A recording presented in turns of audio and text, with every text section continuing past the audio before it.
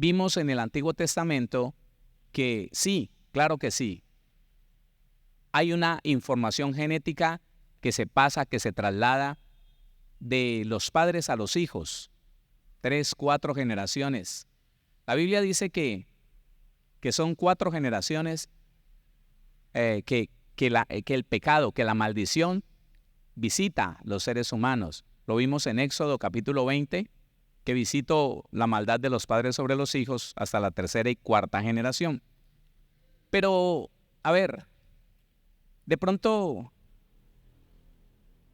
no hemos visto que en el Nuevo Testamento se nos diga si todavía la información genética está activa. Porque cuando vimos cuando vimos en Jeremías y también está en Ezequiel, aquello de que el hijo no morirá por los pecados del padre, alguien dijo, sin mucho entendimiento, alguien dijo, no, hoy en día, ¿cuál herencia? ¿Cuál información genética? ¿Cuáles maldiciones generacionales? Hoy en día ya no hay nada de eso, ya no se vale. El cristiano no tiene nada que ver con sus padres, no tiene nada que ver con sus abuelos, no. Nada, ni bueno ni malo le va a pasar. Ahora somos toditos de Cristo. Y qué bueno que fuera así, ¿no? Qué bueno que eso pudiéramos decir amén a eso. Pero no. Si el cristiano no trata con la información genética buena o mala, ella se queda. Entonces, podemos decir, lo que me heredó mi papá, bueno, me lo quedo. Pero lo malo lo voy a desechar. ¿Sí o no? Lo voy a desechar. ¿Y se podrá desechar? Sí, en la gracia. Recuerde que en Jeremías vimos cómo dice cuando empieza la instrucción de que no morirá el hijo por el pecado del padre ni viceversa, dice el nuevo pacto. ¿Qué significa eso? Que en la única forma en que el ser humano puede ser libre del derecho legal que nuestro padre le dio a Adán y a las generaciones siguientes de multiplicarse en sus hijos, la única forma es estando en Cristo. Antes no. De ninguna manera, antes de Cristo, se podrían hacer libres, a no ser que fueran pueblo de Dios y que Dios mismo tratara con ellos y les dijera cómo hacer para deshacer de su vida, para quitar de su vida las consecuencias del pecado de sus padres. Así que cuando le dicen a usted, no, que va, la Biblia dice, pero dígame en qué contexto dice la Biblia, no morirá el padre por el pecado del hijo, ni el hijo por el pecado del padre. ¿En qué contexto? En el contexto del nuevo pacto, en el contexto de que ahora pondré en ellos espíritu nuevo, les daré un corazón nuevo y pondré de mi espíritu en ellos. En ese contexto, entonces sí puedo, sí tengo la oportunidad de ser libre de lo que me dieron mis antepasados, mis padres, abuelos, bisabuelos, tatarabuelos, bueno y malo. Ahora, le repito, si usted quiere dejar lo bueno, pero si se pasa lo bueno, también se pasa lo malo, ¿o no? ¿Cómo podríamos averiguar si ahora como cristianos somos partícipes de la información genética de nuestros padres? ¿Dónde dirá eso? Porque hay personas que aseguran que la Biblia no dice eso, que no hay ninguna referencia de que algún cristiano esté viviendo la herencia de su padre, ni buena ni mala, que eso es mentira, que ya en Cristo eso no sucede. Pues miremos algunos textos. Veamos entonces, segunda carta a Timoteo, capítulo número 1, 1:3. Léalo conmigo, por favor, dice la palabra. Doy gracias a Dios, al cual sirvo desde mis mayores con limpia conciencia, de que sin cesar me acuerdo de ti en mis oraciones noche y día, deseando verte al acordarme de tus lágrimas para llenarme de gozo, trayendo a la memoria la fe no fingida que hay en ti, la cual habitó primero en tu abuela Loida y en tu madre Eunice, y estoy seguro que en ti también. ¿De qué está hablando? No, usted sí está poniendo atención, hermano. ¿Está leyendo? Está hablando de que en una información genética adecuada, la abuela le trasladó a la hija fe, Y la hija le trasladó a Timoteo fe.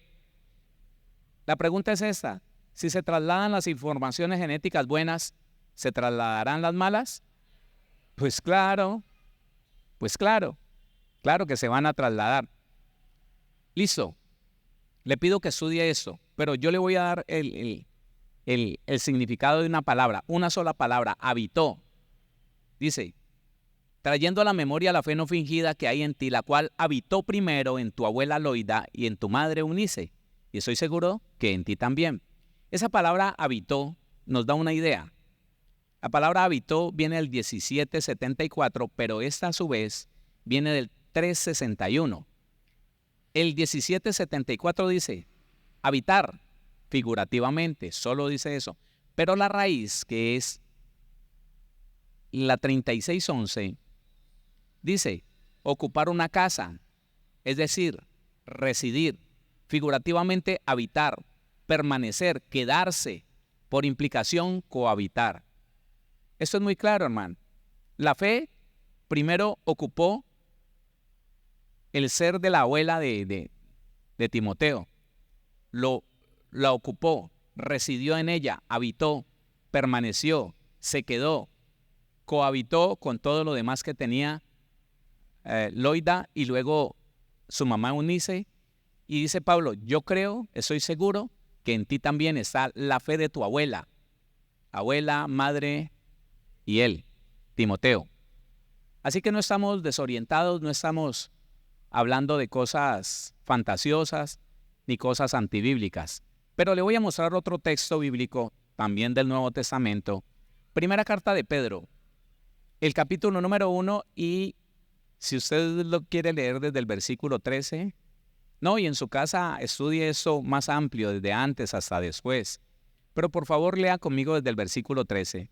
Por tanto, ceñid los lomos de vuestro entendimiento. Mire que es necesario pedir entendimiento al Señor para poder enterarnos, para poder aprender, para poder ver que en la Biblia está todo lo que nosotros necesitamos saber. Por tanto, ceñid los lomos de vuestro entendimiento, sed sobrios y esperad por completo en la gracia que se os traerá cuando Jesucristo sea manifestado. Como hijos obedientes, no os conforméis a los deseos que antes teníais estando en vuestra ignorancia.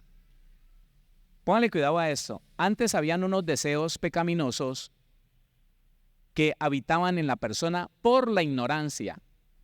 Y si la ignorancia no se ha quitado, esos mismos deseos siguen habitando en los cristianos. Medite esto, por favor. Entonces, ¿por qué cristianos de mucho tiempo, de un momento a otro, resultaron con cosas tan feas, como cualquier impío? Pero de pronto usted dice: a mí me consta que ese hombre nació de nuevo. Yo lo vi con unas actitudes cristianas, una manifestación impresionante. Pero ¿por qué de un momento a otro terminó en una cosa horrorosa? Porque guardó algo, una información genética, una debilidad, el deseo por el pecado, y nunca trató eso delante del Señor. Y cohabitó, escúcheme, cohabitó con él, cohabitó con ella, cohabitó con el Espíritu Santo, ese anhelo. Pastor, eso es, sí. Así como los cambistas, los ladrones, los que robaban al pueblo de Israel, estaban dentro del templo, ahí estaban, los mismos que el Señor Jesucristo sacó con un lazo y les derribó las mesas y todo lo demás.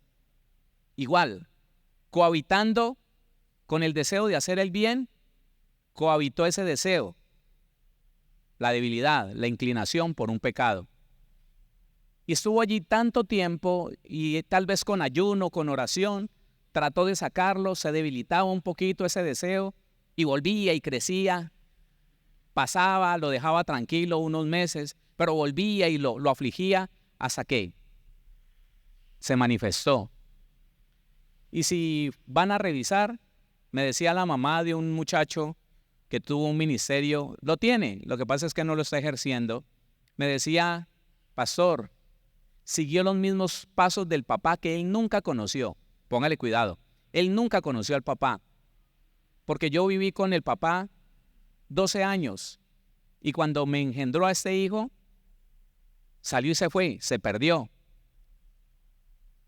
Y mi hijo de 12 años, 24 años después de haber conocido al papá, cuando mi hijo tenía 12 años conoció del Señor, empezó a ir a la iglesia cristiana. Pastor, una hermosura ese muchacho, pastor, le ha servido a Dios de una manera impresionante. Pero yo veía las mismas conductas del papá, los mismos gustos. Y yo nunca le dije nada por no irlo a atar. Nunca le dije nada porque me parecía que lo maldecía si le decía, ve, vos tenés las mismas conductas, vos tenés las mismas inclinaciones de tu papá. Nunca le hablé del papá. Y al final, a la misma edad que el papá engendró el primer hijo, que no fue con ella, no fue el de ella, no. Mientras lo conoció a él, tenía otras mujeres, el papá de ese muchacho. A la misma edad, estando en la iglesia, 22 años, 4 años de estar viviendo en un ministerio hermoso, engendró un hijo. Y lo engendró con la persona menos adecuada, con una mujer casada. Porque su papá, la debilidad más grande que tenía, eran las mujeres casadas. Y entonces cuando ya eso ha pasado y el muchacho tuvo un fracaso y se fue al mundo y hoy trabaja con una prestadora de servicios de internet, y ella escucha los audios por la emisora, por Auténtica, dice, ahora me explico por qué mi hijo con ayuno y oración, un hombre entregado, un hombre que lo veía yo postrado llorándole al Señor, ahora me explico por qué no fue capaz de resistir ese deseo por el adulterio. Ni siquiera se consiguió una muchacha joven, ni siquiera se ennovió y fornicó con ella, no. Se enredó con una mujer casada, con hijos, con esposo, y le engendró un hijo. Después de que con el esposo ya no podía tener hijos. Y entonces, hermano, ese tipo no ha nacido de nuevo, dijeron algunos. Otros dijeron encubierto, disfrazado. Y la mamá me dice, no, pastor, no es así. Yo pienso que él luchó durante todo el tiempo con eso. No tuvo quien le dijera qué era lo que le pasaba. 22 años, ahí está. Entonces, dice, primera carta de Pedro, capítulo 1, versículo 14, como hijos obedientes, no os conforméis a los deseos que antes teníais, estando en vuestra ignorancia. Lo que quiere decir Pedro es que antes los tenías, pero si se conforman a ellos, van a seguir teniéndolos. Sino, como aquel que os llamó es santo, sed también vosotros santos en toda vuestra manera de vivir. Porque escrito está, sed santos porque yo soy santo. Y si invocáis por Padre a aquel que sin acepción de personas juzga según la obra de cada uno, conducíos en temor todo el tiempo de vuestra peregrinación. Pedro está describiendo una clase de cristianos que viven en una permanente lucha, en una lucha donde quieren hacer lo bueno, como lo dice Pablo. ¿Qué será? Que yo quiero hacer lo bueno, pero no lo puedo hacer, no puedo permanecer en ese bien, sino que hago lo malo. Ah, Pablo, no te has convertido. Es que Pablo no nació de nuevo desde que está confesando eso. No, no es así. Y Pedro tiene la respuesta, dice, y si invocáis por Padre a aquel que sin acepción de personas juzga según la obra de cada uno, conducíos en temor todo el tiempo de vuestra peregrinación, sabiendo que fuisteis rescatados de vuestra vana manera de vivir, la cual recibisteis de vuestros padres.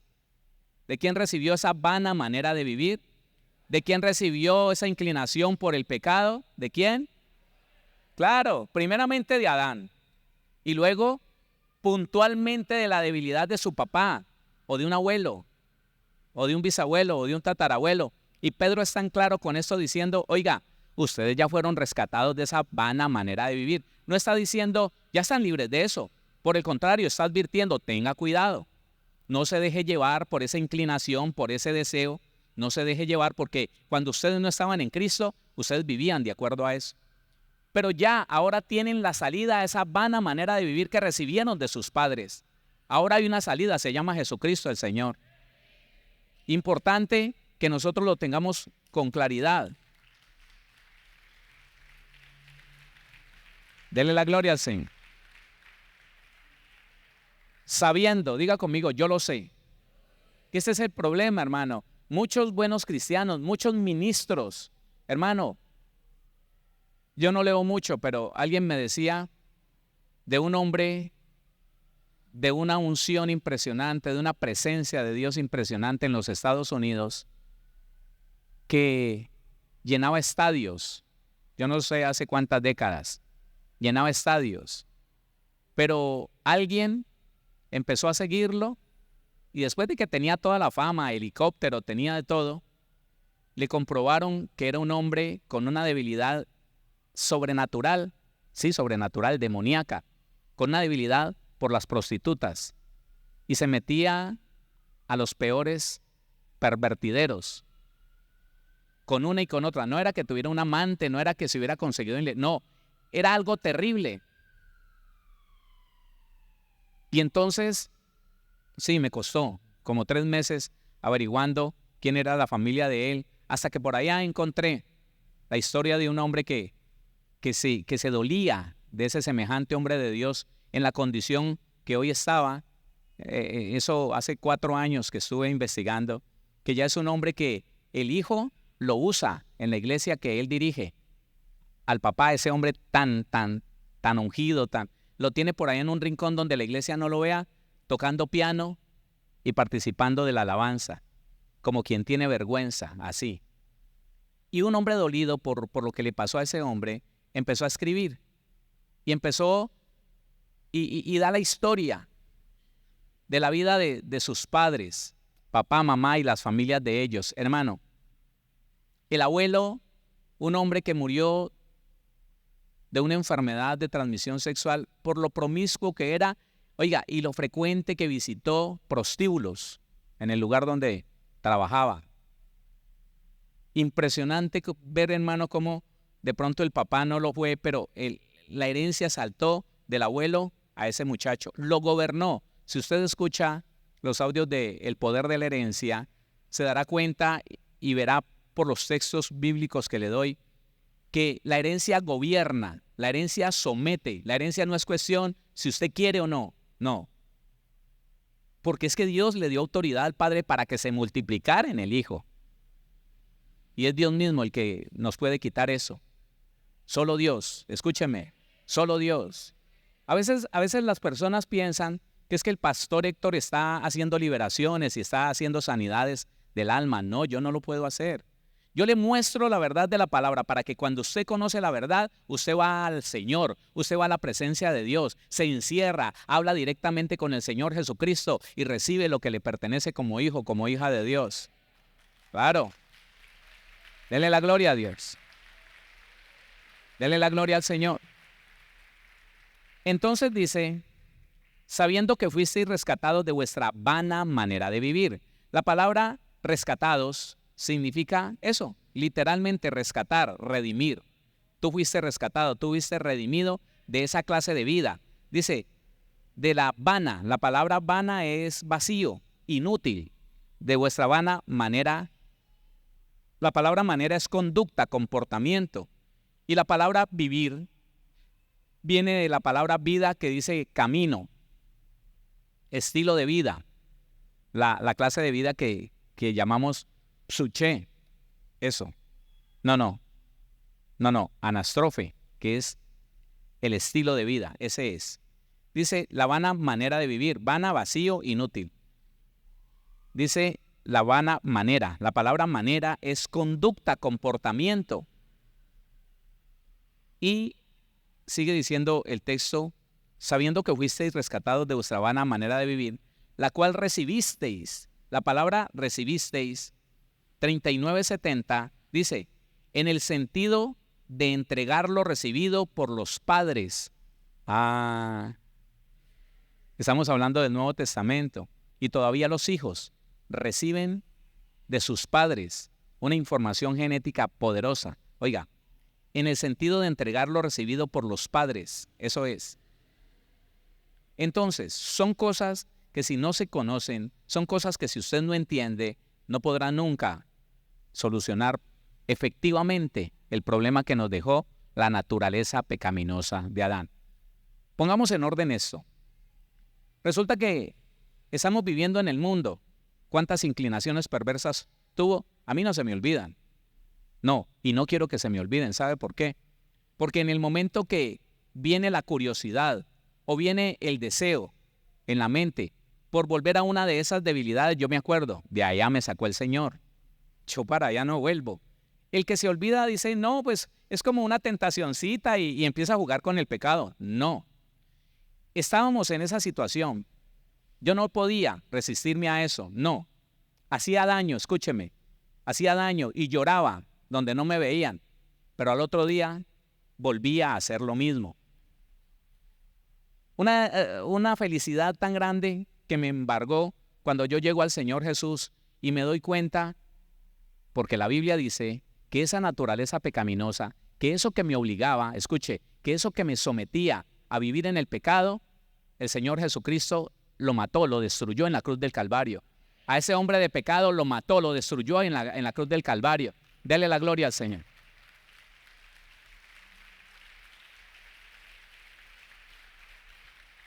Y son cosas que tenemos que tener un orden muy bíblico y un cuidado muy bíblico para no salirnos de allí.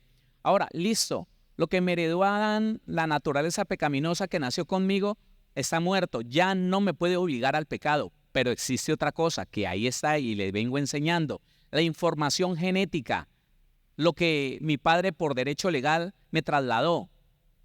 Es una herencia física, pero también es una herencia espiritual. Sí. Pregúntese si usted tiene alguna característica, algún rasgo de su papá. Si usted se parece en algo a su papá. Esas son las informaciones genéticas físicas. Pero si descubre que a usted le gusta algo que le gustó a él, así no sea malo, el color que le gustaba a él también se sentaba en una silla parecida, él también tenía ese gusto de tomar café a tal hora. Eso no es por casualidad, no. Eso es una información que vino espiritual, gustos, sabores. Ahora, si cuando usted no conocía al Señor, hacía lo mismo que hizo su papá, tenía las mismas debilidades, le gustaba el mismo licor, le gustaba la misma clase de mujeres, la misma clase de hombres. Si se interesó por hacer lo mismo que su papá o su mamá, ahí está la información espiritual, la herencia espiritual. Y es bueno que, déjeme insistirle, que usted escuche esos audios de la herencia, el poder de la herencia, porque la herencia también viene por el ejemplo. La herencia viene porque usted ve, porque usted oye cómo se mueven ellos, qué dicen ellos. Eso se adquiere como una herencia. Las palabras, todo se convierten en parte de lo que mi papá me dejó, la información que mi mamá me dejó. Es que mi mamá decía, es que mi papá decía. Claro, era fuerte el hecho de que mi papá un día mirándome a los ojos me dijo, mijo, no sea bobito, tenga al menos 2, para que si alguna vez una se enoja y le da la brocha, o sea que lo echaba, ese era el dialecto de mi papá, y le da la brocha, usted tiene, claro, como él era pintor de brocha gorda, usted tiene la otra ahí, que le calme la tusa, que le calme la tristeza. Y eso estaba metido aquí, hermano. En serio. Yo no podía tener una sola novia. No. Y como desde los 17 años andaba por ahí en moto, Dios mío. Bueno, pero gracias a Dios que mi esposa me agarró y yo no volví a mirar para ningún lado. Bueno, gloria a Dios. Gloria al Señor. Entonces dice esa palabra, recibisteis, en el sentido de entregar lo recibido por los padres. De eso está hablando Pedro. Oiga, usted fue libre de la vana manera de vivir que recibiste de tu padre. Le está diciendo, entréguela. ¿Qué tiene que hacer con eso? No se le olvide del significado de esa palabra. En el sentido de entregar lo recibido por los padres. Apunte ahí, yo tengo que entregar, pero va a llegar un momento adecuado que la Biblia nos va a mostrar que es el momento de entregar lo que recibimos de nuestros padres. Aún no. Es clave esto. en el sentido de entregar lo recibido por los padres. Mire el 39:70 y eso es lo que dice. Ese es el punto central del significado de esa palabra, recibisteis. Pedro está diciendo, hay que entregarlo. Es el propósito, hay que entregar lo que recibiste de tu papá. Dice, sabiendo que fuisteis rescatados de vuestra vana manera de vivir, la cual recibisteis de vuestros padres, pero no con cosas corruptibles como oro o plata, no. Tú fuiste libertado con la sangre preciosa de Cristo, como de un cordero sin mancha y sin contaminación. Pero déjeme, le sigo explicando paso a paso para que no tenga ninguna duda en que esto va avanzando de acuerdo a la Biblia. Resulta que el Señor Jesucristo ganó para ti y para mí la sanidad del cuerpo. ¿Lo sabe? Pero si usted no conoce esa verdad o se la predicaron diferente, ¿conoce algún cristiano que se sienta cómodo con una enfermedad? ¿Sí? Que se conformó. Yo sí los conozco. Que dicen, pues Dios me mandó esta enfermedad como una prueba y yo no conocen. Así que usted y yo podemos ser herederos de lo mejor. Si no conocemos esa herencia, podemos estar viviendo todo lo contrario a lo que ganó Jesucristo, por falta de información, por falta de conocimiento. Yo siempre le digo a la iglesia y se lo digo a usted, es lo mismo como que alguno de nosotros estuviera pasando estrecheces y necesidades sin darnos cuenta que en alguna cuenta de algún banco hay 1.000 millones de pesos a su nombre y usted no lo sabe. Usted sigue pasando la misma necesidad. Oiga, y eso es lo que pasa. La verdad puede ser muy poderosa. Si usted no la conoce, no puede creer en ella. Y si no cree en ella, no la puede disfrutar. ¿Cuánto tiempo vivieron muchos cristianos, hermano, como víctimas, sin entender, sin conocer, sin creer a lo que la Biblia dice? Y creyeron que murieron como héroes. ¿Cuántos saben que el Señor Jesucristo llevó el castigo para darnos derecho a disfrutar la paz? Usted lo sabe. Pero le digo una cosa, el que no conoce eso, el que no conoce esa verdad, cree que se tiene que conformar a vivir en medio de la ansiedad, del estrés, de la preocupación.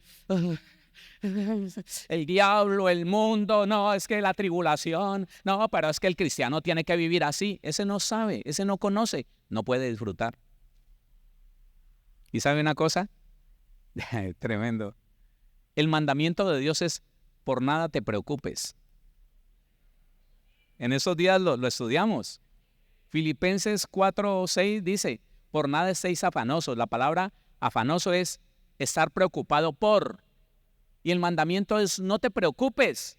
Si tienes como Dios, como Padre al más poderoso de todos, no te preocupes. Y hay personas que creen que tienen el derecho y que es virtuoso estar confesando. No, una lucha. Uy, no he podido dormir porque gloria a Dios, pero ahí vamos para adelante en esta lucha, en esta guerra. Sí, él no sabe, él no conoce. Entonces escuche esto, usted tiene que saber, sépalo hoy si no lo sabía, que usted ya fue librado de la vana manera de vivir, de la información genética y espiritual que usted y yo recibimos de nuestro Padre. Ya hay derecho legal para ser libres de eso, pero tenemos que conocerlo y hacer el procedimiento que desde siempre el Señor ha mostrado. El procedimiento para ser libre de las consecuencias de los pecados de nuestros padres, desde siempre Dios se la mostró a su pueblo. Eso no es para todo mundo, pero a su pueblo Dios siempre le mostró ese camino. Pero todavía no se lo voy a recordar, Pere. Entonces, está así. Sabiendo que fuiste rescatado de vuestra vana manera de vivir, la cual recibiste de vuestros padres, no con cosas corruptibles como oro o plata, sino con la sangre preciosa de Cristo, como de un cordero sin mancha y sin contaminación. Aleluya. Ya destinado desde antes de la fundación del mundo, pero manifestado en los postreros tiempos por amor de ti y de mí. Ahora, ¿cuál es la solución? ¿Qué pasa? ¿Cómo puedo ser libre yo de eso? Si Dios le dio en Génesis la autoridad al Padre para que se multiplicara en mí, a mi papá, le dio autoridad para que se multiplicara en mí. Entonces, hermano, ¿qué hacer ante el mandamiento de Dios, ante el derecho que Dios le dio al ser humano? La Biblia dice que ahora en Cristo yo tengo derecho, no se le olvide. La Biblia dice que ahora en Cristo yo tengo derecho a ser libre de la vana manera de vivir que mis padres me heredaron, ¿cierto? ¿Qué hacemos entonces? Empezamos a cancelar, empezamos a renunciar. Señor, ahora yo cancelo. No, no funciona. No funciona porque desde antes de Cristo, la Biblia tiene un método muy poderoso. Se lo voy a recordar porque lo leímos el viernes pasado, pero de pronto usted no lo notó. Levítico 26:37. Tropezarán los unos con los otros como si huyeren ante la espada, aunque nadie los persiga, y no podréis resistir delante de vuestros enemigos. Y pereceréis entre las naciones, y la tierra de vuestros enemigos os consumirá. Y los que queden de vosotros decaerán en las tierras de vuestros enemigos, por su iniquidad y por la iniquidad de sus padres, decaerán con ellos. A ver, conéctese otra vez porque yo lo leí la semana pasada. ¿De qué está hablando? Que la consecuencia de su propio pecado y la consecuencia del pecado de sus antepasados los tenía en esa postración, en esa desgracia. Otra vez. Y los que queden de vosotros decaerán en las tierras de vuestros enemigos por su iniquidad, y por la iniquidad de sus padres decaerán con ellos. No solamente por el pecado que ellos cometieron, sino por el pecado que sus antepasados cometieron, porque ahora pesan sobre sus vidas. Y ahí está la solución. El Señor la dice para su pueblo, porque le está hablando a Israel. Versículo 40. Y confesarán su iniquidad. ¿Cuál es la salida? Hermano, por favor, déjeme decirle algo. No son muchas las personas que han tenido este problema, pero han tenido muchos cristianos este problema, que no se conectan, que no son los audios y que no es el pastor Héctor, sino que es Jesucristo el Señor, el que los libertó en la cruz del Calvario. Entonces, haciendo el proceso de contarle al Señor, porque es al Señor, ¿no? De contarle al Señor, ¿sabe qué? No toman conciencia de que es a Dios que le tienen que hablar y ellos piensan que perdóneme si no trato de ofender, que les parece que es como lorito, ¿sí? Que es como lorito decir, yo confieso en el nombre de Jesús, yo confieso y no están conscientes de que le están entregando eso al Señor. Yo confieso las iniquidades, todos los pecados, los confieso en el nombre de Jesús, amén. ¿Qué más tengo que hacer? ¿Y sabe qué? No se ve resultado en ellos. Son pocos, pero no se ve resultado. Aunque la Biblia lo dice, que debería verse resultado, porque Dios no miente, Dios no se equivoca, Dios no embolata a nadie, no, Dios no engaña a nadie. Y dice, y confesarán su iniquidad y la iniquidad de sus padres, por su prevaricación con que prevaricaron contra mí, y también porque anduvieron conmigo en oposición. ¿Y sabe que eso tiene que tener una fuente? Eso tiene que tener un mandamiento donde Dios mismo haya dicho, es por aquí. Ya el Señor lo está diciendo aquí y debería ser suficiente, pero no. Escuche, hay un principio donde se establece el principio de la confesión como única salida a las consecuencias del pecado, del nuestro y de nuestros antepasados. No sé por qué, hermano, se propagó tanto en la iglesia cristiana el hecho de que pida perdón por todos sus pecados. Entonces la persona sin arrepentimiento y sin nada, porque no era consciente del mal que hizo cuando abortó a ese muchacho, porque no se dio cuenta nunca que estaba matando, estaba asesinando a un ser humano y estaba destruyendo un proyecto de vida total que Dios tenía con ese ser humano, ¿no? Se mandó a hacer el aborto y ya. Y Señor, yo confieso que hice un aborto, Señor, yo también mentí muchas veces, Señor, y perdóname. No sé cuándo y cómo fue que se propagó en medio de la iglesia cristiana. Pida perdón a Dios por todos sus pecados. Señor, perdóname por todos mis pecados en el nombre de Jesús, amén. Y estos seguían trayendo consecuencia. Entonces hay un principio que quiero que vea conmigo, Levítico, que es el libro de la ley. el libro del establecimiento de las reglas, capítulo 16, Levítico capítulo 16. Tiene un título allí, el día de la expiación, el día en que iban a ser quitadas las consecuencias del pecado de las personas. Y entonces Dios, Jehová Dios, conociendo que 430 años que estuvo el pueblo de Israel en Egipto, ellos habían terminado practicando muchos ritos, muchos cultos a demonios, a dioses egipcios, y que estaban contaminados. Claro, y entonces en Levítico 30 dice la ofrenda por el pecado y todo lo demás, pero aquí, entonces dice, vamos a expiar todo. Versículo 20, por favor. Él manda hacer un santuario y lo hace limpiar con sangre, con aceite y todo lo demás. Pero en el versículo 20 dice, cuando hubiere acabado de expiar, de limpiar, de dejar sin pecado el santuario y el tabernáculo de reunión y el altar, hará traer el macho cabrío vivo, tipología de Cristo. Y pondrá Aarón sus 2 manos sobre la cabeza del macho cabrío vivo y pedirá perdón por todas las iniquidades. ¿Qué? ¿Qué? ¿Ah? ¿Qué? ¿Qué fue? Ah, no dice pedirá. No. Leámoslo de nuevo. Y pondrá Aarón sus 2 manos sobre la cabeza del macho cabrío vivo y confesará sobre él todas las iniquidades de los hijos de Israel, todas sus rebeliones y todos sus pecados, poniéndolos así sobre la cabeza del macho cabrío vivo. Aquí está el principio, cuando Dios personalmente le enseña a Moisés, para que le enseñe al sacerdote Aarón, a que tenía que confesar las iniquidades, los pecados, las rebeliones de su pueblo Israel. Porque si no, las consecuencias de ese pecado cometido en el pasado los iban a perseguir por todo el desierto. No los iban a dejar prosperar. No podrían ganar una sola guerra contra sus enemigos.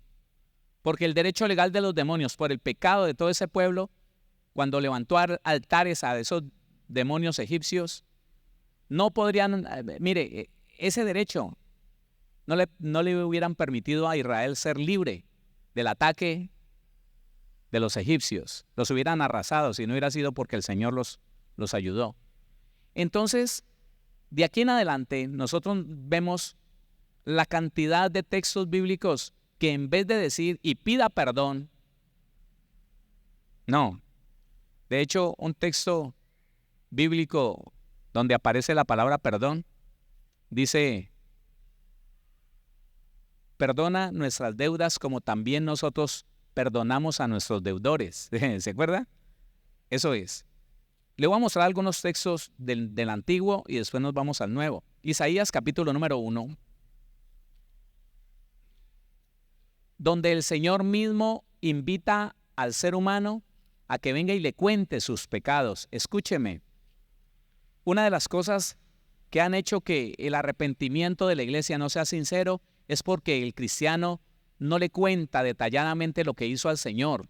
No le cuenta. Entonces nunca llega a tomar conciencia, una mente consciente de lo que hizo y nunca llega a saber la dimensión del pecado que cometió. Eso a mí me impactó muchísimo cuando el Señor me enseñó esto. Y vino una mujer, 4 años de evangelio, 4 o 5 casi, diciéndome, pastor, no he podido engendrar un hijo, mi esposo y yo ya hemos tenido 3 novedades, eso es terrible, pastor. Los médicos me dijeron que tenía que dejar de intentarlo, que no sabían qué era, que eso no tenía solución. Y como el Señor me estaba enseñando eso por palabra de ciencia, me dice, pregúntale cuántas veces ha abortado ella y cuántas veces abortó su mamá. Y cuando le pregunto, entonces sale a la luz el hecho de que habían cometido pecado de muerte. El aborto es un pecado de muerte, asesinato. Un pecado de muerte. Entonces, la mamá había tenido como 3 abortos. Ella a sus 16, 17 años tuvo un aborto. Ahora quería tener hijos y el embrión no se retenía, no se adhería. Y entonces inspirado por el Señor, le digo, ¿usted ya confesó ese pecado? Sí, pastor, claro, yo ya pedí perdón. No, yo no estoy preguntando si pidió perdón.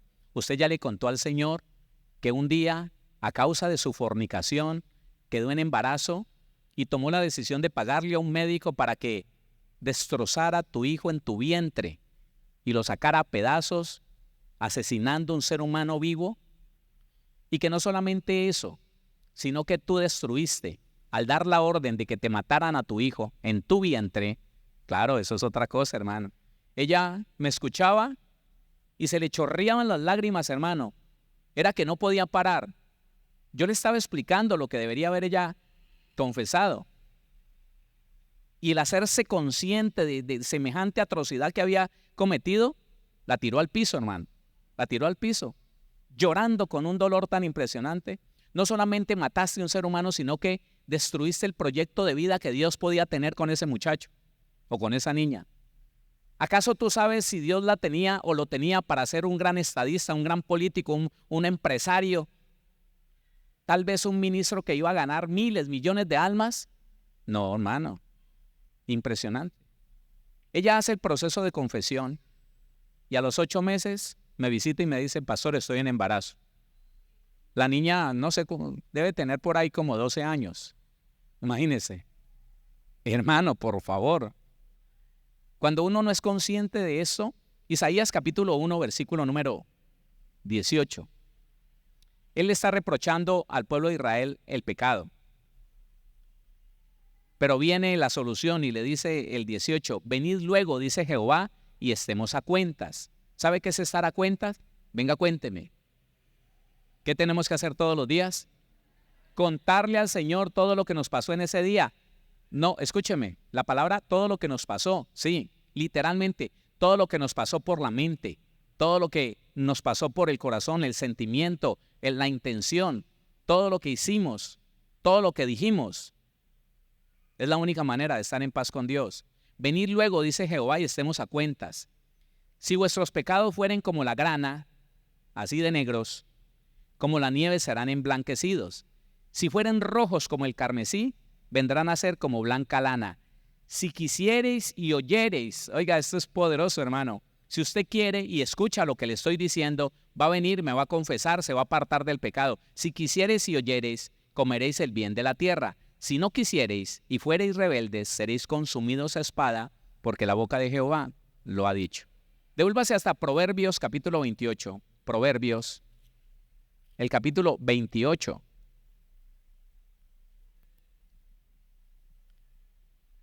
El versículo número 13. Proverbios 28, 13. Dice la palabra, el que encubre sus pecados no prosperará. Espérese, medite en esa palabra. El que encubre sus pecados no prosperará. Cuando nosotros analizamos y miramos el significado de la palabra encubrir, dice ignorar. Encubrir es ignorar, tener en menos, o sea, quitarle importancia. Viene la esposa y le dice al esposo, esposo, es que yo, escuchando unas enseñanzas, unos estudios, me doy cuenta que te tengo que decir que yo siento que soy muy dolida por las palabras que me dijiste tal día, ¿te acuerdas? Que hiciste todo un show y me insultaste delante de mi familia y de todo lo demás. Ella está siendo sincera, le está dando la oportunidad a ese esposo de que se ponga en paz con ella, de que reconozca su pecado. Y él, encubriendo su pecado, dice, ¿y usted todavía se acuerda de eso? Esas bobadas. Yo ya ni me acordaba de eso. Ay, mamita, tiene que madurar. Eso ya pasó. Él está encubriendo su pecado, no va a prosperar. Yo le hago una pregunta. Si nosotros, después de leer la Biblia, seguimos diciendo, lo que mi papá, mi mamá, mis abuelos y tatarabuelos hicieron. No, eso no me incumbe a mí. Yo no los cometí. ¿Por qué voy a tener que ponerme a preocuparme por lo que ellos hicieron? No, eso no. Está encubriendo porque determina ignorar que él estaba en los genes de Adán y de toda la descendencia desde Adán hasta el día de hoy. Estábamos en los genes de todos los pecadores. Oiga, de toda la humanidad pecadora. Yo estaba en los genes de Adán hasta que llegaron bisabuelo, tatarabuelo, todos ellos. ¿Por qué voy a ignorar eso? Que el que mató, yo estaba circulando en su sangre, en su genética, mientras mató. Que el que violó, de mi parentela, violó mientras que yo estaba recibiendo toda esa información en los genes, en la genética. ¿Por qué ignorar eso, hermano? Entonces, la persona dice, pero si yo voy a la iglesia, yo ayuno, yo oro, de verdad no tengo nada contra nadie, yo no odio a nadie, no le deseo el mal a nadie, pero no me va bien. ¿Por qué no trata con la información que recibió de sus padres? ¿Cómo era su papá? ¿Arruinado? ¿Igual que como vive usted? Sí. ¿Y tenía el mismo dolor en la cadera que usted tiene? Sí, a él le resultó como de 45 años, yo tengo 35 y ya lo tengo. Sígalo negando, siga ignorando lo que la Biblia le está diciendo, siga. Entonces dice, el que encubre sus pecados, ¿qué? No irá adelante, no verá cosas mejores, no podrá. Porque ha decidido ignorarlo o minimizarlo o desvirtuarlo. No, tampoco, no se acuerde de eso. El que encubre sus pecados no prosperará, mas el que pide perdón,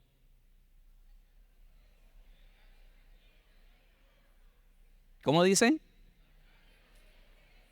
¿Qué dice? Dígalo duro, dígalo. Eso, mas el que los confiesa y se aparta, la bondad de Dios lo arropará, la bondad de Dios lo levantará, lo sanará, le quitará la ruina de encima, la desgracia familiar, la destrucción, el pecado, todo se lo quita.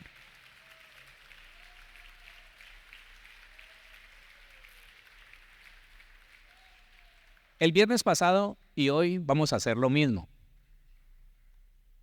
Todo lo que usted se acuerde, le pongo tareitas. Acuérdese de lo que usted conoció, de su papá, de su mamá, de su abuelo, todo lo que se haya dado cuenta, que practicaba la brujería o que visitaba a los brujos, que fue bien tremendo. Empiece a escribirlo ahí en la misma libretica. Empiece a tomar apuntes, sí, a tomar apuntes.